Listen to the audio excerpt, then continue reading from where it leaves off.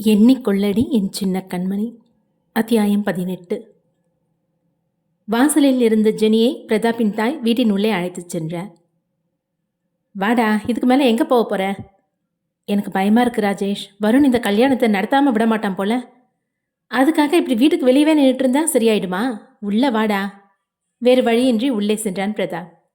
ஜெனியை அமர வைத்து தண்ணீர் கொடுத்தார் அவனின் தாய். மன்னிச்சிருமா, பிரதாப் உன்னை பார்த்தா அப்படி பேசினதுக்கு. அச்சுச்சோ, நீங்கள் எதுக்கு மன்னிப்பு கேட்குறீங்க? நான் பெத்த பையன் தப்பு பண்ணிட்டான், நியாயமாக அவன் தான் மன்னிப்பு கேட்கணும். அதான் கேட்க மாட்டேன்னு வெறப்பா நிற்கிறானே, அப்போ நான் தானே கேட்கணும் என கையெடுத்து கும்பிட்டார். ஐயோ அத்தை, வேணாம் அதெல்லாம். அம்மா என்ன பண்ணுறீங்க? பிரதாப் தன் தாயின் அருகே தடுக்க வந்தான். என்கிட்ட வராதுரா, அந்த பொண்ணுக்கிட்ட முதல்ல மன்னிப்பு கேளு. தேவையில்ல அத்தை, செஞ்சது தப்புன்னு அவருக்கே தோணலை. அப்புறம் எப்படி மன்னிப்பு கேட்பாரு? எனக்கு அதெல்லாம் வேணாம். வருணுக்காகவும் ஷர்மிக்காகவும் தான் நான் இங்கே வந்தேன். அருகில் இருந்த குழந்தையை கவனித்தார் அம்மா. பையனை கடத்திட்டாங்கன்னு சொன்னியே, யாருமா அது? என் முன்னாள் கணவரோட தம்பி தான் கடத்தினான். வருண் தான் சரியான நேரத்துக்கு வந்து உதவி செஞ்சார். எங்களுக்கு உதவி செஞ்சதுனால அவரோட கை மறுபடியும் வலி எடுத்துருச்சு பாவம். வருண், உனக்கு கை வலி அதிகமாயிடுச்சா என ராஜேஷ் அருகில் வந்தான். ஆமாண்டா, இப்போ பரவாயில்ல. நேற்று தான் ஷர்மி தடவி விட்டா. என்ன, ஷர்மி உன்னை தடவுனாளா? ஆமாம் என கூலாக கூறினான் வருண். ஷர்மியின் அருகே இருந்த சாண்டி, என்ன எங்களுக்கு தெரியாமலே நீங்கள் 2 பேரும் நெருக்கமாக வரீங்க போல என கேட்டான். ஐயோ, அவரோட கைக்கு மருந்து தடவி விட்ட, அதை தான் சொல்கிறாரு. ஓ, மருந்து தடவி விட்டியா? நான் வேற என்னமோ நினச்சேன். ஆமாம், மருந்து தான் தடவி விட்டா. நீ என்ன நினச்ச என வருண் கேட்டான். அது இல்லடா, ஒரு வயசு பொண்ணு உன்னை தடவி விட்டான்னு சொன்னியே, அதான் உங்களுக்குள்ளே ஏதாவது டெவலப் ஆகிடுச்சோன்னு கேட்டேன். வருண் ஷர்மியை பார்த்தான். என்ன ஷர்மியோடவா? ஏன் இந்த சாண்டிக்கு இப்படியெல்லாம் தோணுது? ஷர்மியை முறைத்து விட்டு சென்றான் வருண். நம்ம குடும்பத்துக்கு ஏதோ நேரம் சரியில்லைன்னு நினைக்கிறேன். குலதெய்வ கோயிலுக்கு போய் ஒரு பூஜை பண்ணிட்டு வந்தால் நல்லா இருக்கும்னு தோணுது. நேற்று வேற பிரதாப்க்கு ஆக்சிடென்ட் ஆகி கையில் எவ்வளோ பெரிய கட்டு போட்டிருக்கான் என அம்மா கூறினார். என்ன ஆக்சிடெண்ட்டா? ஜெனி பிரதாப்பை பார்த்தாள். ஒன்றும் இல்லை, சின்ன காயந்தான் என தரையை பார்த்தவாறு பேசினான். முகம் கழுவி அப்போதுதான் வெளியே வந்த வருண் அதை கேட்டு அதிர்ச்சியானான். எங்க காட்டு? ஒன்றும் இல்லை வருண், விடு. காட்டுடான. அவன் யதார்த்தமாக தான் தொட்டான். ஆனால் அந்த இடத்தில் தான் கட்டு போடப்பட்டிருந்தது. வழியில் பிரதாப் கத்தவே, டேய் என்ன ஆச்சுடா வருண் விசாரித்தான். அந்த இடத்துலேருந்து கையெடு வருண், அவனுக்கு அங்கே தான் கட்டு போட்டிருக்காங்க. அவன் அணிந்திருந்த முழு கை டிஷர்ட்டின் கைப்பகுதியை தூக்கி பார்க்க கட்டு பெரிதாகவே தெரிந்தது. எப்படிடா இப்படி அடிபட்டுச்சு? வருண், நேற்று உன்னை காணோன்னு ரொம்ப நேரமாக தேடிட்டு இருந்தோம். கார்லேருந்து இறங்கும்போது வண்டி மோதி அவனோட கையில் அடிபட்டுருச்சு என ராஜேஷ் பொய்யுரைத்தான். என்ன செய்வது, ஏதாவது ஒரு காரணம் கூறிதானே ஆக வேண்டும். ஏன்னா நான் என்ன சின்ன குழந்தையா? எனக்கு வீட்டுக்கு வர வழி தெரியாதா? தேட போனானுங்களாம். நீ சொல்லிட்டு போக வேண்டியது தானே? சொல்லிட்டு போயிருந்தா விட்டுருப்பீங்களா? ஜெனிக்கு பிரதாப்பை நினைத்து கவலையாக இருந்தது. பெரிய காயமாய் தெரிகிறதே என வருத்தப்பட்டாள். அவன் அருகில் சென்று எப்படி இருக்கிறது என கேட்க தோன்றியது. ஆனால் பேசினாலும் முகம் கொடுத்து பதில் தரமாட்டானே என விலகி நின்றாள். அதே நேரம் வீட்டு வாசலில் இன்னொரு காரும் வந்து நின்றது. அதிலிருந்து சாண்டியின் அம்மாவும் அப்பாவும் இறங்கி வேகமாக வந்தனர். ஐயையோ, திடீர்னு இவங்க ஏண்டா இங்கே வராங்க? ஏண்டா அப்படி சொல்கிற? உன்னோட அம்மா அப்பா தானே வராங்க வருண் கேட்டான். அது தெரியுதுடா, என் முகத்தில் இருக்க தீக்காயத்தை பார்த்தா என் அம்மா ஒப்பாரி வச்சே என்னை கொண்டுடுவாங்க. நான் தான் அவங்களுக்கு தகவல் சொன்னேன் என வருண் கூறினான். ஏண்டா சொன்ன? பையனுக்கு அடிப்பட்ட விஷயத்தை ஏன் முன்னாடியே சொல்லலைன்னு கேட்டால் அப்போ என்ன பதில் சொல்கிறது? அவங்க ஒரு தடவை வந்து பார்த்து திட்டிட்டு போனா தான் நீயும் சரியா இருப்ப. அடேங்கப்பா, என்னமோ நான் வேணும்னே போய் தீயில மூஞ்ச கொடுத்த மாதிரி பேசுகிறேன். வீட்டு வாசலை நெருங்கும் போதே அழுகை சத்தம் கேட்டது. சாண்டியை பார்த்ததும் முட்டை கண் போட்டு வாயை மூடினார் அவனின் தாய். ஐயோ, என் பையனுக்கு இப்படியே ஆகணும், ராஜா மாதிரி பார்த்துக்கிட்டேனே. அம்மா, இப்போவும் நான் ராஜாவாக தான் இருக்கேன், ஒரு குறையும் இல்லை என்றான். பொய் சொல்லாதுரா, உன் முகத்தை பாரு, எப்படி இருக்கு தீகாயம். இதை வச்சுக்கிட்டு எப்படிரா உனக்கு நான் கல்யாணம் பண்ணி வைப்பேன்? ஆண்டி, நீங்கள் கவலைப்படாதீங்க. சாண்டிக்கு முகத்தில் இருக்க காயம் ஆற கொஞ்சம் டைம் எடுத்துக்கும். அது ஆனதும் சர்ஜரி மூலமாக அவனோட தோலை சரி பண்ணிடலாம் என வருண் கூறினான். நீங்கள் எல்லாரும் இருந்துமா என் பையனுக்கு இப்படி நடக்கணும்?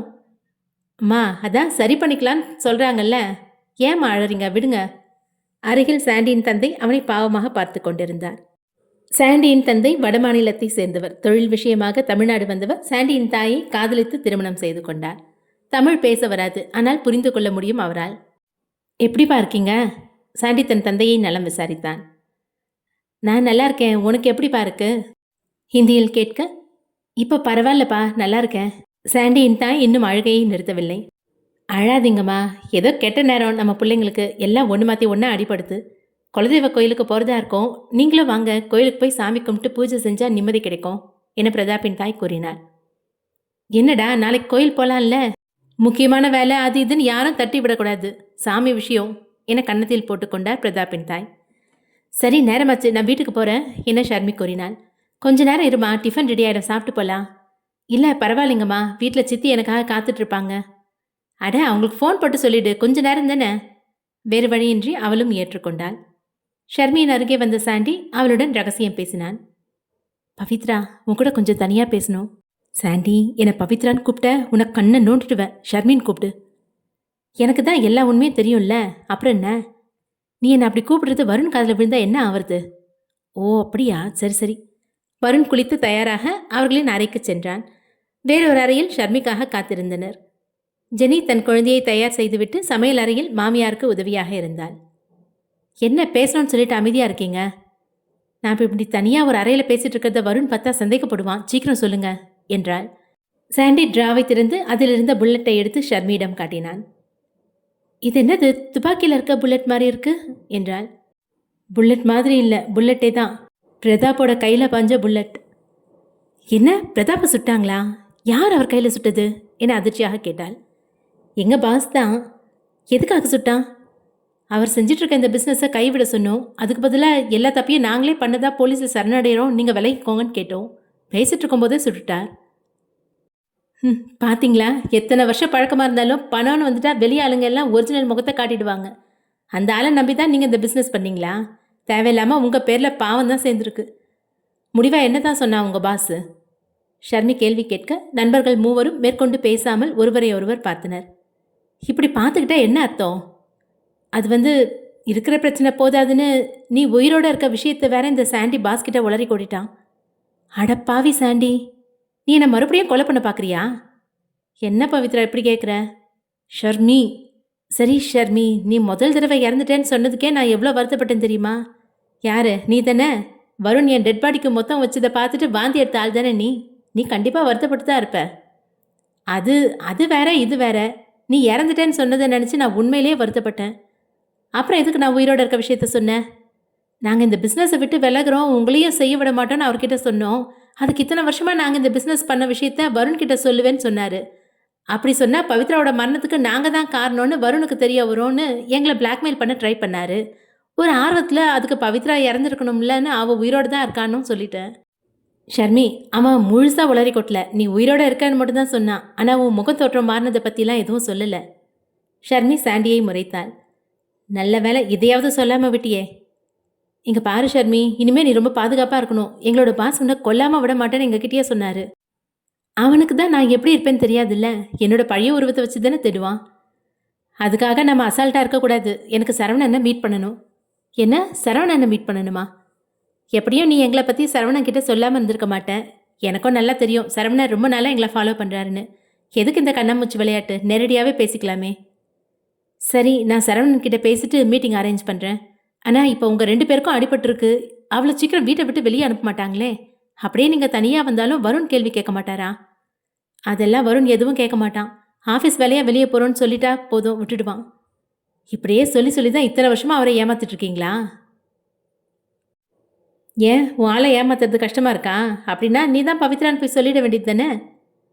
சாண்டி, இப்படியெல்லாம் ஓட்டுறதை முதல்ல நிறுத்து. வருணுக்கு சந்தேகம் வந்துட போகுது. ஷர்மி அறையை விட்டு வெளியே வந்தாள். எங்கே தனக்கு முன் வருண் வந்து விடுவானோ என பயந்து வந்தாள். ஷர்மி, நீங்கள் அந்த ரூம் யூஸ் பண்ணிக்கோங்க. அங்கே என்னோட சுடிதார் இருக்கு, நீங்கள் குளிச்சுட்டு அந்த ட்ரெஸ் போட்டுக்கோங்க என ஜெனி ஒரு அறையை கை காட்டினாள். ஷர்மியும் தயாராக அங்கு சென்றாள். அனைவரும் உணவு உண்ண மேஜையில் அமர்ந்தனர். ஆனால் வருண் மட்டும் வரவில்லை. என்ன ஷர்மி, உன்னோட ஆள் இவ்வளோ நேரம் குளிச்சு மேக்கப் போட்டுருக்கான், போய் கூட்டிட்டு வாயேன். வருணை தன்னுடைய ஆள் என சாண்டி கூறியது மனதிற்கு உற்சாகத்தை தந்தது. ஆனால் அது நிஜத்தில் ஒத்து வராது என அவள் தடை போட்டு கொண்டாள். சாண்டி, உன் வாயை கிழிச்சிருவேன், அமைதியா இரு. ஜெனியும் பிரதாப்பின் தாயும் மேஜையில் உணவை பரிமாற எடுத்து வைத்தனர். வருண் அப்போதுதான் குளித்து தயாராகி வெளியே வந்தான். வந்தவன் பாதி வழியில் அப்படியே நின்றான். உணவு உண்ணும் மேஜையில் அவனின் தந்தை சோமு அமர்ந்திருந்தார். தன் தந்தையை கண்டவனுக்கு முகம் கோபமாக மாறியது. மதிமாறனின் குழந்தை பிறந்த நாளில் அனைவர் முன்னும் வருணை கன்னத்தில் அடித்தார். அன்றிலிருந்து இன்று வரை தன் தந்தையிடம் பேசாமல் உள்ளான். எனக்கு சாப்பாடு வேணாம் என அறைக்குள் செல்ல முயன்றான்.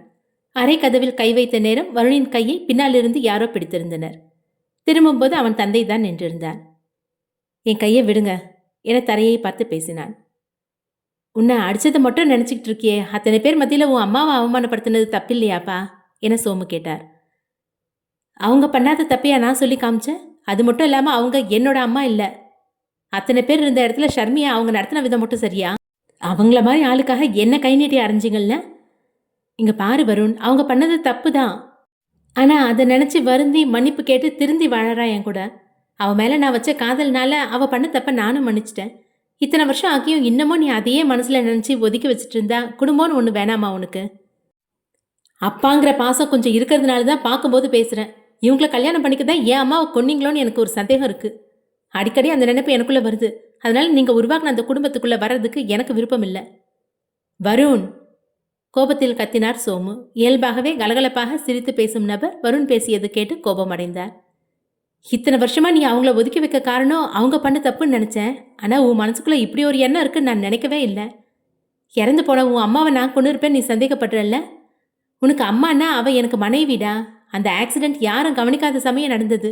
அவளை காப்பாற்ற முடியாமல் போச்சேன்னு எத்தனை வருஷமாக நான் நினச்சி கவலைப்படுறேன் தெரியுமா? மதிமாறன் கூட அவனோட மனசை மாற்றிக்கிட்டு கனிகாவுக்காக அம்மாவை தான் அம்மான்னு கூப்பிட ஆரம்பிச்சிட்டான். ஆனால் நீ இத்தனை வருஷமாயும் என்னால் முடியாதுன்னு வெறப்பா சொல்லிட்டு சுத்துற. வருண் தலை நிமிராமலே தான் நின்றிருந்தான். என்ன பாருடா தன் தந்தையை நோக்கினான்.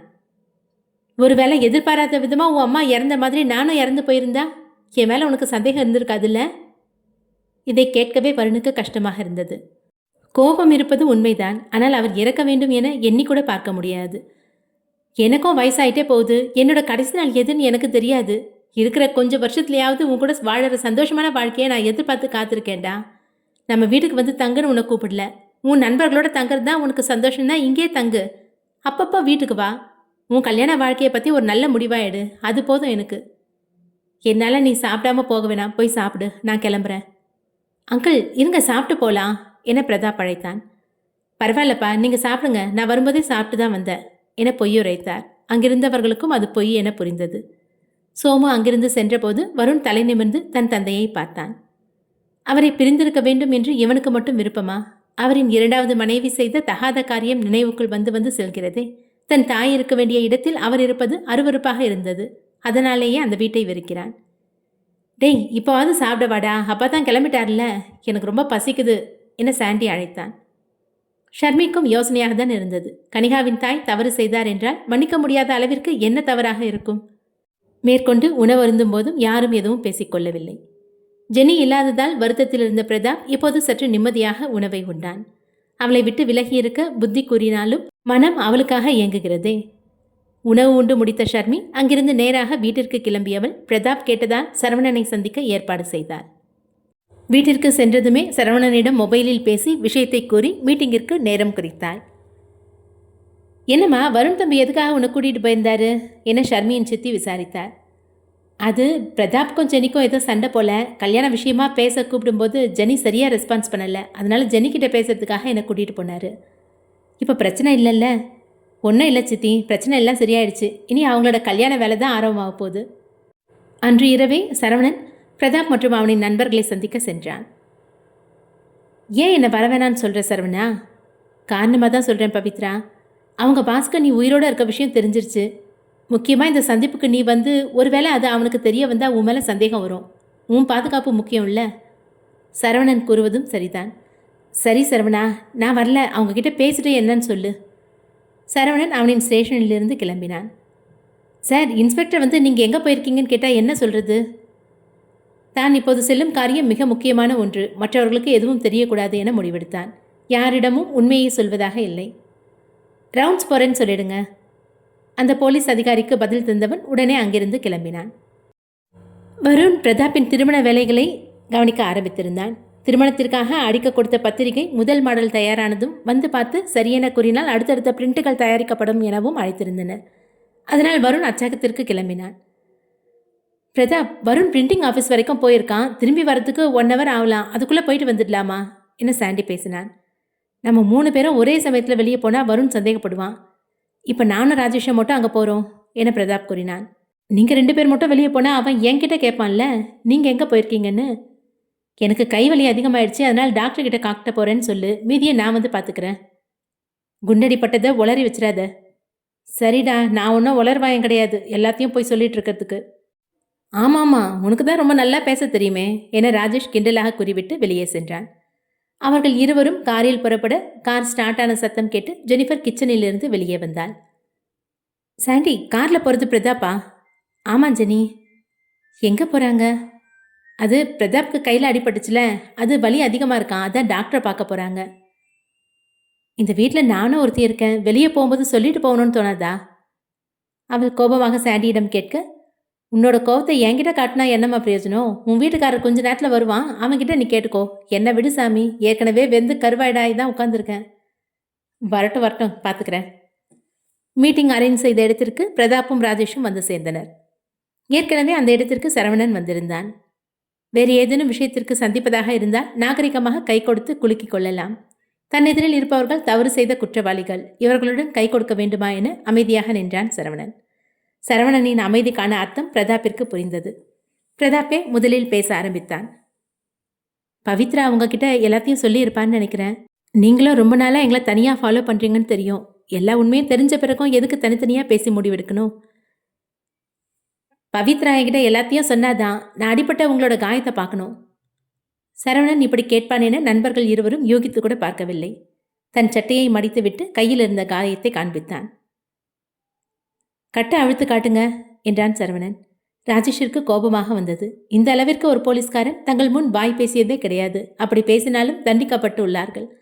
தன் கை கட்டை அவிழ்த்தான் பிரதாப். குண்டடிப்பட்ட இடத்தை நேரடியாக கண்ணால் பார்த்தான் சரவணன்.